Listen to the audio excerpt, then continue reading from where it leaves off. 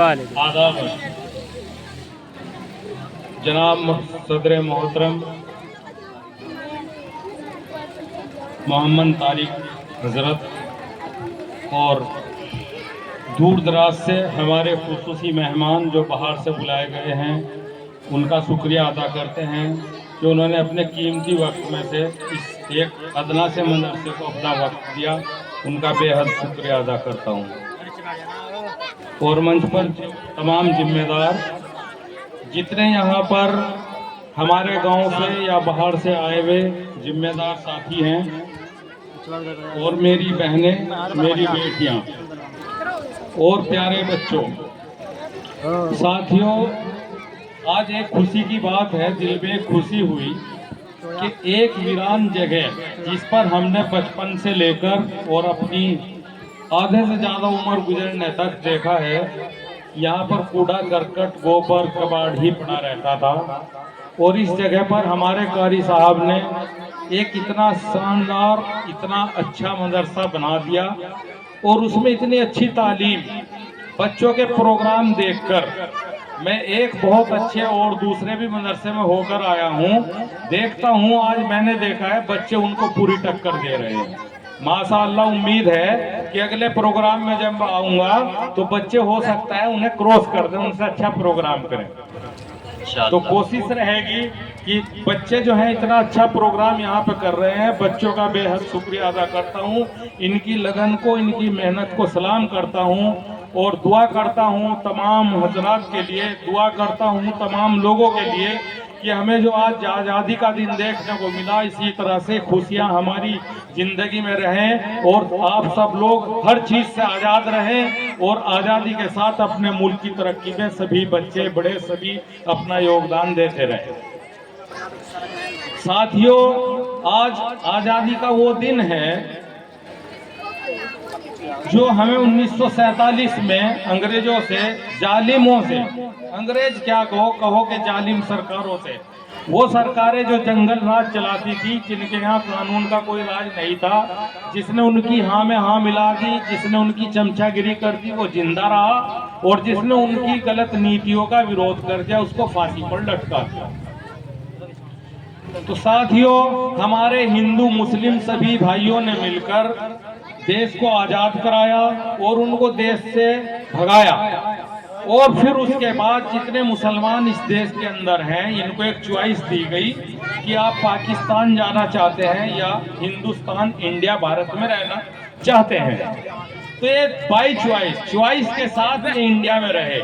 इनके पास विकल्प था कि ये पाकिस्तान भी जा सकते थे, लेकिन इन्होंने अपना घर, अपना वतन, अपनी मस्जिदें, अपना कब्रिस्तान, अपनी जमीनात, अपने घर, अपनी मेहनत, अपने लोग, अपने रिश्तेदार, अपने भाई, अपने हिंदू दोस्त, अपने हिंदू साथी, किसी को भी छोड़ना मुनासिब नहीं समझा और इन्हीं लोगों में रहकर अपनी जिंदगी गुजारने का फैसला किया। और हमें फक्र है कि हमारे बड़ों ने एक अच्छा फैसला लिया और हम हिंदुस्तान जैसे आजाद मुल्क में, जहां पर हिंदू मुस्लिम का भाईचारा देखते ही बनता है, एक हिंदू भाई के यहाँ शादी होती है तो वहां मुस्लिम भाई की भी हाजिरी होती है, एक मुस्लिम भाई के यहाँ शादी होती है वहाँ हिंदू भाई की भी हाजिरी होती है। एक बहुत अच्छा गुलदस्ता बना जिसमें अंग्रेज, सिख, ईसाई, पारसी तमाम लोग बसे और एक बहुत ही खूबसूरत गुलदस्ता हिंदुस्तान बना। ये देश की आज़ादी के बाद एक बहुत बड़ी करामात है। इस गुलदस्ते में कुछ राजनीतिक लोग बीच बीच में सुइयां सूंघकर या पौधों को पानी ना डालकर या गलत खाद पानी देकर या गलत कीटनाशक दवाई लगाकर गंदा करने की कोशिश करते हैं, इस गुलिस्ता को मिटाने की, इस गुलदस्ते में पंचर करना चाहते हैं। लेकिन हमारे लोग बहुत समझदार हैं, वो अपने गुलदस्ते को बादस्तूर रखते हैं, वो अपना काम करके हट जाते हैं, लेकिन हमारा गुलदस्ता बादस्तूर आज भी जारी है और इंशाअल्लाह ता क़यामत तक इसी तरह मोहब्बत के साथ जारी रहेगा। जब तक कयामत आएगी, जब तक ये दुनिया रहेगी, हिंदू मुसलमान सभी धर्म और मजहब के मानने वाले इस मुल्क के अंदर अपने अपनी चीजों को आजाद ख्याली के साथ, आजादी के साथ अपने धर्म और मजहब की चीजों को मनाते रहेंगे, ये किसी से नहीं रुकेंगे। इसके लिए सब लोग अपनी गर्दन कटा सकते हैं इस मुल्क के, लेकिन कोई अपना धर्म नहीं छोड़ेगा। यहाँ हिंदू भाई भी अपना धर्म बराबर मानता है, पारसी भी मानता है, ईसाई भी मानता है, सिख भी मानता है, तो मुस्लिम भी मानता है। तो यहाँ सब अपने अपने धर्म को अडिग हैं। और रही कमाने खाने की बात, सब अपना इस मुल्क के अंदर सहयोग करते हैं और इस मुल्क में हमारा भी सहयोग है। अगर ये सड़क बनी है, हम इसमें 20% है इस देश के अंदर, तो हमारा भी टैक्स लगा है। ऐसा नहीं है कि भाई इसमें एक ही पक्ष का टैक्स लगा है, हम भी टैक्स देते हैं सरकार को। जब हम कारोबार करते हैं, जब हम अपना कारोबार करते हैं, तो हम भी टैक्स देकर माल खरीदते हैं और टैक्स देकर ही बेचते हैं। तो टैक्स पे हम भी करते हैं। जब हमारी इनकम टैक्स पे में आ जाती है तो हम भी टैक्स देते हैं। सबका टैक्स है, सबका खून है, सबकी आज़ादी है, सब आज़ाद रहे, ये मेरी दुआ है। और मैं उन लोगों के लिए भी दुआ करना चाहूँगा जिनकी ये जमीन थी और उन्होंने मदरसे के लिए अपनी जमीन दी। अल्लाह ताला उनकी रूह को बेहद सवाब पहुँचाए और ता क़यामत तक इस मदरसे का सवाब उनको मिलता रहे। उन्होंने बहुत खुलूस और मोहब्बत से, कितने हिम्मत से उन्होंने ये जमीन दी थी और इस पर इतना अच्छा मदरसा खड़ा किया गया, इतना अच्छा इस पे इदारा चला। मैं शुक्रगुजार हूँ इन इदारा चलाने वालों का भी।